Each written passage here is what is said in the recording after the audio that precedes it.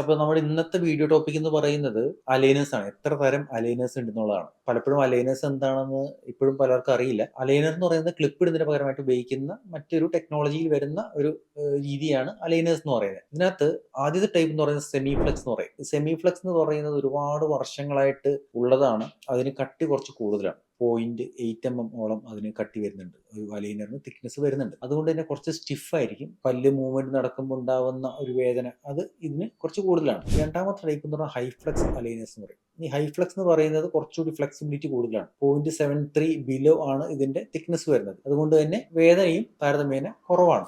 അതിന്റെ അടുത്തൊരു അലൈനറാണ് memory flex aligner. കുറച്ച് കോസ്റ്റ്ലി ആയിട്ടുള്ള ഒരു അലൈനറാണ്. അതിന്റെ ഗുണം എന്താന്ന് പറഞ്ഞാൽ ഇതിനൊരു മെമ്മറി ഉണ്ടാവും. എന്ന് വെച്ചാൽ 37 ഡിഗ്രി സെൽഷ്യസിലാണ് ഇത് ആക്റ്റീവ് ആകും. നമ്മുടെ വായുടെ അകത്തേക്ക് ഇത് വെച്ച് കഴിയുമ്പോൾ ഇത് ആക്റ്റീവ് ആകാൻ തുടങ്ങും. അതുകൊണ്ടുള്ള ഗുണം എന്താ പറഞ്ഞാൽ നമുക്ക് നമ്പർ ഓഫ് അലൈനേഴ്സ് കുറക്കാൻ പറ്റും. എന്നുവെച്ചാൽ ഒരു അലൈനറിന് തന്നെ കൂടുതൽ പല്ലുകൾ മൂവ് ചെയ്യാൻ സാധ്യതയാണ്. അത് കൂടാതെ ബാക്കി അലൈനേഴ്സ് നമുക്ക് 10 ദിവസം മുതൽ 14 ദിവസം വരെ ഉപയോഗിക്കേണ്ടി വരുന്നുണ്ടെങ്കിൽ മെമ്മറി ഫ്ലെക്സ് അലൈനേഴ്സ് 6 ദിവസം 7 ദിവസം വരെ ഉപയോഗിക്കേണ്ടതായിട്ടുള്ളൂ. അപ്പോൾ അതൊക്കെയാണ് പലതരത്തിലുള്ള അലൈനേഴ്സ്. അപ്പോൾ നമ്മുടെ അടുത്ത ദിവസത്തെ വീഡിയോ ടോപ്പിക് എന്ന് പറയുന്നത് എത്ര തരം റീറ്റെയിനേഴ്സ് ഉണ്ട്. നമ്മൾ ക്ലിപ്പ് ഇട്ട് അല്ലെങ്കിൽ അലൈനേഴ്സ് ഇട്ട് കഴിഞ്ഞാൽ ഉപയോഗിക്കുന്ന ഒറ്റ കമ്പി, സിമ്പിൾ കമ്പി എന്നൊക്കെ പറയുന്ന സാധനം ഉണ്ടല്ലോ, അത് എത്ര തരമുണ്ട്, അത് എങ്ങനെയൊക്കെ ഉപയോഗിക്കണം തുടങ്ങിയ കാര്യങ്ങളാണ്. ഓക്കെ.